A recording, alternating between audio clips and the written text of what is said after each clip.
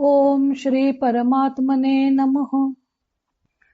श्री भगवद गीताभ्यासः. अध्याय पहिला. अर्जुन विषाद योग. भाग तिसरा. कौरव वीरांची नावे. श्लोक आहेत 7 ते 10. 7वा श्लोक आहे. अस्माकं तु विशिष्टाये तानि बोधद्विजोत्तम नायका मम सैन्यस्य संज्ञार्थं तान् ब्रवीमि ते. पदच्छेदः. अस्माकं तु विशिष्टाः ये तान् निबोध द्विजोत्तम नायकाः मम सैन्यस्य संज्ञार्थं तान् ब्रवीमि ते. विशिष्टाः आणि नायकाः या दोन्ही पुढच्या विसर्गाचा लोप झालेला आहे, कारण पुढं कोमल व्यंजन आलेलं आहे. विसर्गाच्या माग आ आणि पुढे कोमल व्यंजन असेल तर विसर्गाचा लोप होतो. आता आपण क्रमानं या शब्दांचं व्याकरण बघूया. अस्माकम. अस्मत् सर्वनाम. षष्ठी बहुवचन.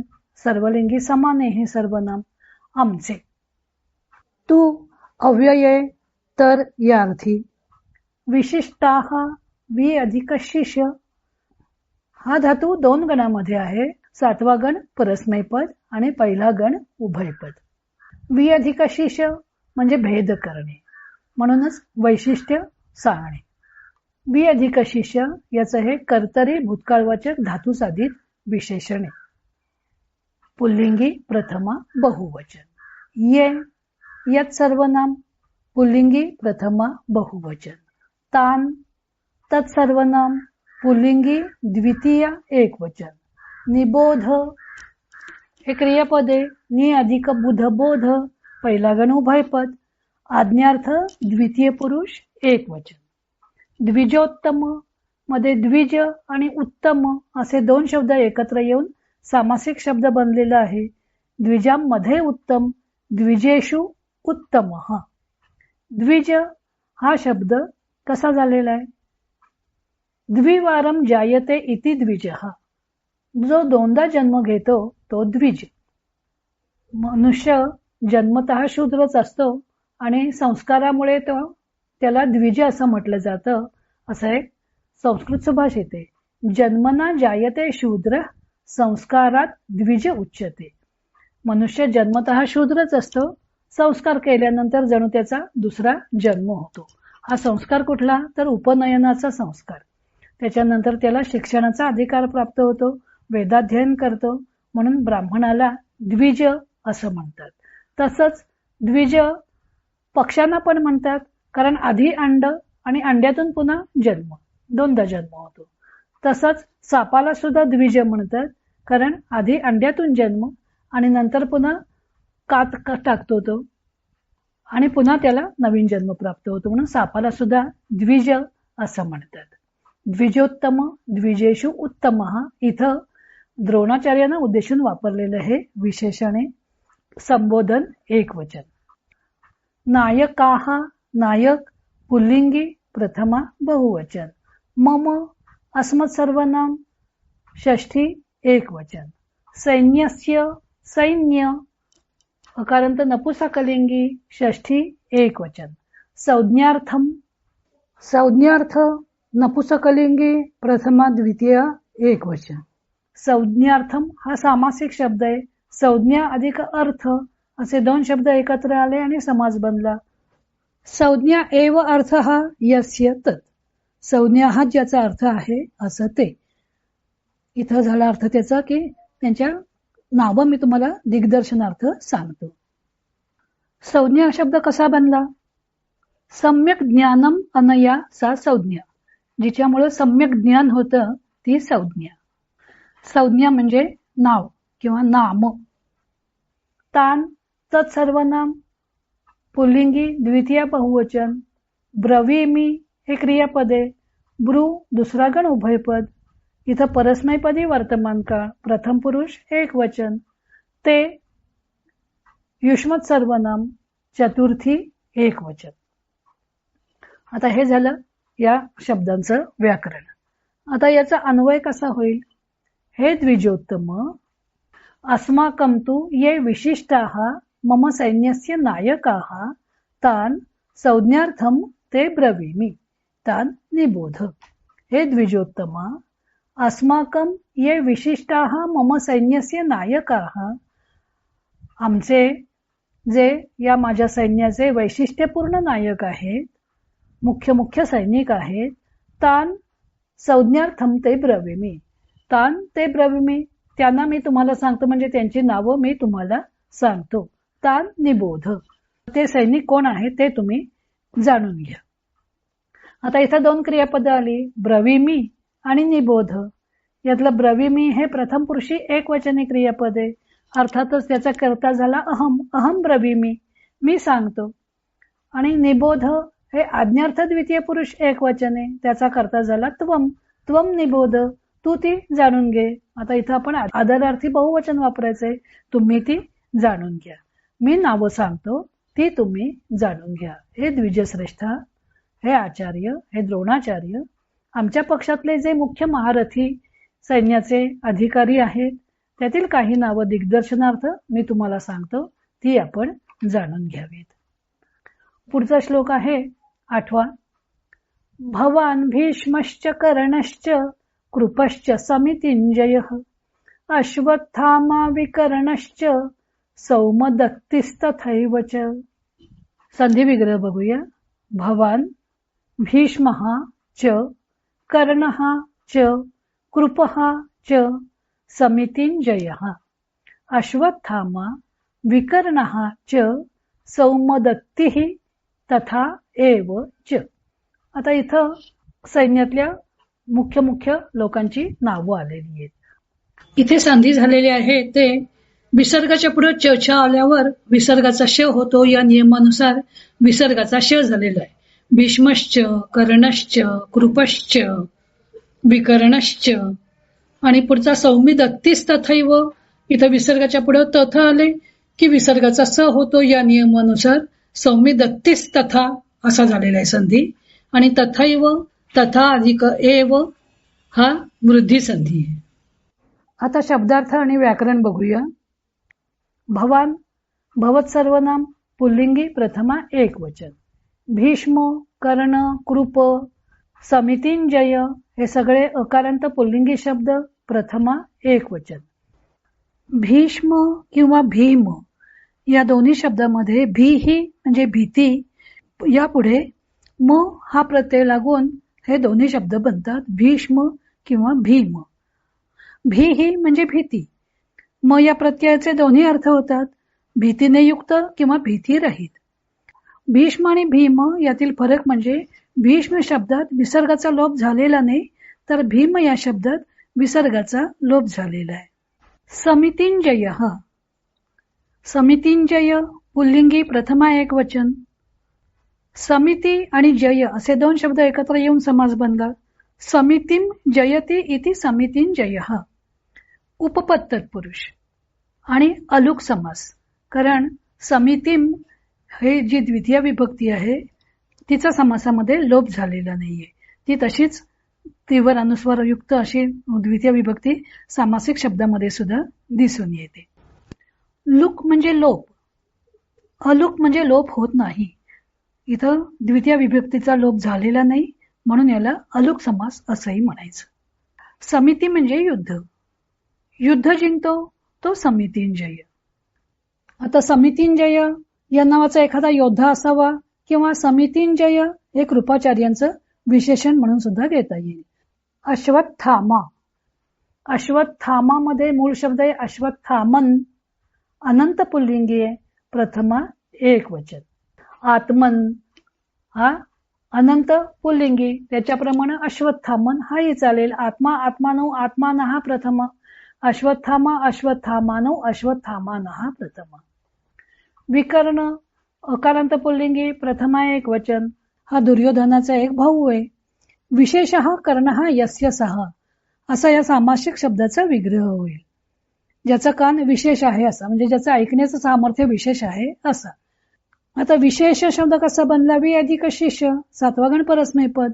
भेद करणे, वैशिष्ट्ययुक्त असणे. एखाद्याचं आपण वैशिष्ट्य दाखवतो तेव्हा तो दुसऱ्यापेक्षा त्याच्यामध्ये काय विशेष आहे, काय फरक आहे ते दाखवतो. म्हणून अधिक शिष्य म्हणजे भेद करणे. सौमदत्ती, सौमदत्ती पुल्लिंगी प्रथमा एक वचन. सोमदत्तस्य अपत्यम पुमान, सोमदत्ताचा पुत्र तो भूरिश्रव, हा शब्द तद्धित बनलेला आहे. तथा एव च ही त्यांनी अव्यय आहेत. दुर्योधन द्रोणाचार्यांना नावं सांगत आहे. त्यातलं पहिलं म्हणतोय भवान म्हणजे आपण स्वतः, म्हणजे द्रोणांचं नाव न घेता तो त्यांच्याशी बोलतोय. त्यांना भवान असा उल्लेख केला. भवान म्हणजे आपण, भीष्म, कर्ण, कृपाचार्य. आता समितिंजय या नावाचा एखादा योद्धा असावा किंवा समितिंजय हे कृपाचार्यांचं विशेषण म्हणून सुद्धा घेता येईल. अश्वत्थामा, अश्वत्थामा हा द्रोणांचा पुत्र आहे. अन्वय काय झाला, भवान, भीष्महाच, कर्णहाच, समितिंजय कृपहाच, अश्वत्थामा, विकर्णहा च सौमदत्ती तथा एव च. आता या श्लोकामध्ये नुसती वीरांची नावांची यादी आलेली आहे. आपण स्वतः, भीष्माचार्य, कर्ण, जयशाली कृपाचार्य, अश्वत्थामा, विकर्ण, त्याचप्रमाणे सोमदत्ताचा पुत्र भूरिश्रवा. पुढे आपण वाक्य पूर्ण करण्याकरता हे महारथी आहेत असा एक अर्थ पदरचा घालावा लागेल. पुढचा श्लोक आहे 9. अन्येच बहव शूरा मदर्थे त्यक्त जीविताः नाना शस्त्र प्रहरणाः सर्वे युद्ध विशारदाः. इथं संधी फक्त एकेच ठिकाणी आहे, शूरा मदर्थे.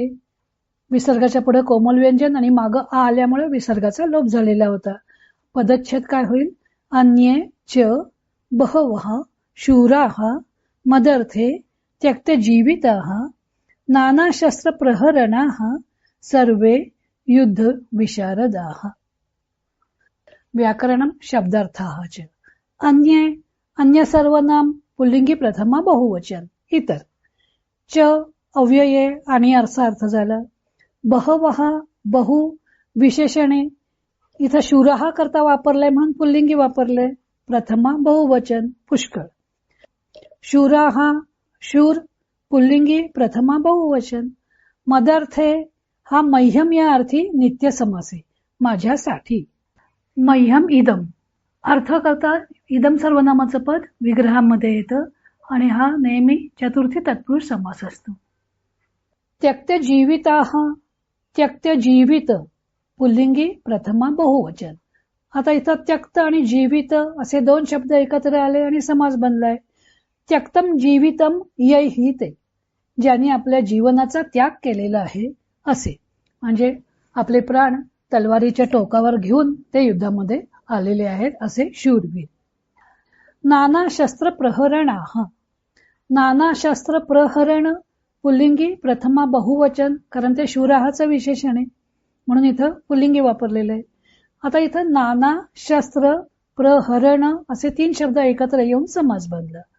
नाना विधाने शस्त्राणी, मध्यम पदलोपी कर्मधारय, विविध प्रकारची शस्त्रे. नाना शस्त्रैहि प्रहरन्ति इति नाना शस्त्र प्रहरण हा झाला उपपद तत्पुरुष. म्हणजे नानाविध शस्त्रांनी प्रहार करणारे ते नानाविध शस्त्र प्रहरणाः शूराः. किंवा काय होईल दुसरा विग्रह, नाना शस्त्रैहि प्रहरणम येन सह बहुव्रीही समास होईल. नाना शस्त्रांनी प्रहरण ज्यानं केलं आहे तो.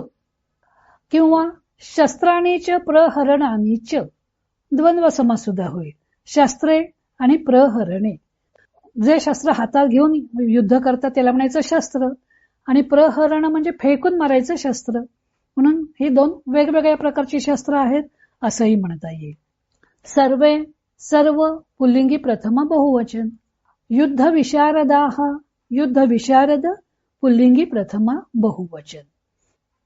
आता युद्ध आणि विशारद असे 2 शब्द इथे एकत्र आले, समास बनला.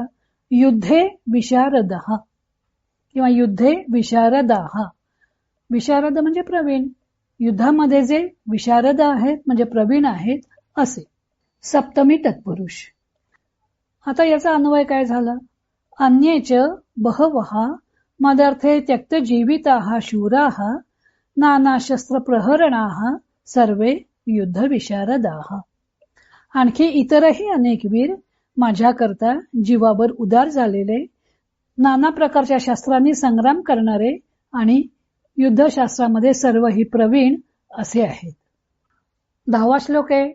अपर्याप्तम तदस्माकं बलम भीष्माभिरक्षितम पर्याप्तम त्विदमेतेषां बलम भीमाभिरक्षितम. पदच्छेद काय होईल संधी विग्रह करून? अपर्याप्तम तद अस्माकं बलम भीष्माभिरक्षितम पर्याप्तम तु इदम एतेषां बलम भीमाभिरक्षितम. त्विदम एतेषां तु इदम एतेषां. तू इदम हा संधी झाला यण संधी. तू मधल्या ऊच्या पुढं ई हा स्वर आल्यामुळं त्या ऊचा व झाला आणि त्विदम असा संधी बनला. याला म्हणायचं यण संधी. ज्या वेळेला य व र ल असे आदेश होतात पूर्व अक्षराला तेव्हा ते यण संधी या नावानं ओळखले जातात. व्याकरणम शब्दार्थ. अपर्याप्तम अपर्याप्त नपुसकलिंगी प्रथमा एक वचन. इथेही समास झालेला आहे. न पर्याप्तम अपर्याप्तम नय तत्पुरुष पुरेसे नाही. पर्याप्त शब्द कसा बनला? परी अधिक आप 5वा गण परस्मै पदाचा धातू आहे. पुरेसे असणे कर्तरी भूतकाळवाचक धातू साधित विशेषण. नपुसकलिंगी प्रथमा एक वचन. तद सर्वनाम नपुसकलिंगी प्रथमा एक वचन. अस्माकम अस्मत् सर्वनाम षष्ठी बहुवचन. आमचे. बलम बल म्हणजे सैन्य नपुसकलिंगी प्रथमा एक वचन. भीष्माभिरक्षितम भीष्माभिरक्षित नपुसकलिंगी प्रथमा एक वचन. इथं भीष्म आणि अभिरक्षित असे 2 शब्द एकत्र येऊन समास बनला. भीष्मेन अभिरक्षितम भीष्माभिरक्षितम. भीष्मानी संरक्षिलेले. अभिरक्षितम म्हणजे सर्व बाजूनी संरक्षण केलेले. भीष्मानी सर्व बाजूनी संरक्षण केलेले. अभिरक्षितम शब्द कसा बनला? अभि अधिक रक्ष पहिला गण परस्मै पद. अर्थ आहे त्याचा सर्व बाजूनी संरक्षण करणे. त्याचं कर्मणी भूतकाळवाचक धातू साधित विशेषण नपुसकलिंगी प्रथमा एक वचन. तू हे अव्यय आहे. त्याचा अर्थ आहे तर. इदम सर्वनामे. इदम नपुसकलिंगी सर्वनाम प्रथमा एक वचन. एतेषां एतत् सर्वनाम पुल्लिंगी षष्ठी बहुवचन. यांचे. भीमाभिरक्षितम भीमाभिरक्षित नपुसकलिंगी प्रथमा एक वचन. इथेही 2 शब्द एकत्र येऊन समास बनला. भीम आणि अभिरक्षित. भीमेन अभिरक्षितम भीमाभिरक्षितम. भीमानं संरक्षित केलेले. तृतीय तत्पुरुष. याचा अन्वय काय होईल? अपर्याप्तम तद अस्माकं भीष्माभिरक्षितम बलम एतेषां तु भीमाभिरक्षितम इदम बलम पर्याप्तम. ते हे आमचे भीष्मानी सर्व बाजूनी म्हणजे सेनापतीहून भीष्मानी सर्व बाजूनी संरक्षण केलेले सैन्य अपर्याप्तम अमर्याद आहे. पण त्यांचे त्या दांडग्या भीमानं सर्व बाजूनी रक्षण केलेलं सैन्य पर्याप्त म्हणजे पुरेसे किंवा थोडे जिंकण्यास सोपे असं आहे. पर्याप्त या शब्दाचे पुरेसे, प्राप्त, पूर्ण, सर्व, समर्थ, योग्य, विशाल, विपुल, परिमित असे अनेक अर्थ आहेत. परिमित व विपुल असे परस्पर विरोधी अर्थ कोशात दिलेले आहेत. आता 18 अक्षौहिणी सैन्यापैकी पांडवांच्याकडे 7 अक्षौहिणी सैन्य आणि कौरवांकडे 11 अक्षौहिणी सैन्य होते. अर्थातच कौरवांची सेना विशाल होती. कर्ण, द्रोण आणि भीष्मांसारखे महारथी वीर होते. त्यामुळे दुर्योधनाला आपला जय होणार असा विश्वास वाटत होता. आणि तो द्रोणांना आपल्या सैन्याचं वर्णन करून सांगत आहे. तेव्हा अपर्याप्त याचा अर्थ अपरिमित असाच घेतला पाहिजे, कारण त्याला आपल्या जयाबद्दल पूर्णपणे विश्वास आहे. पुढे अक्षौहिणी सैन्याचं प्रमाण काय आहे ते PDF फाईलमध्ये दिलेलं आहे. आता यापुढचे श्लोक आपण पुढच्या भागामध्ये पाहू. हरि ओम तत्सत.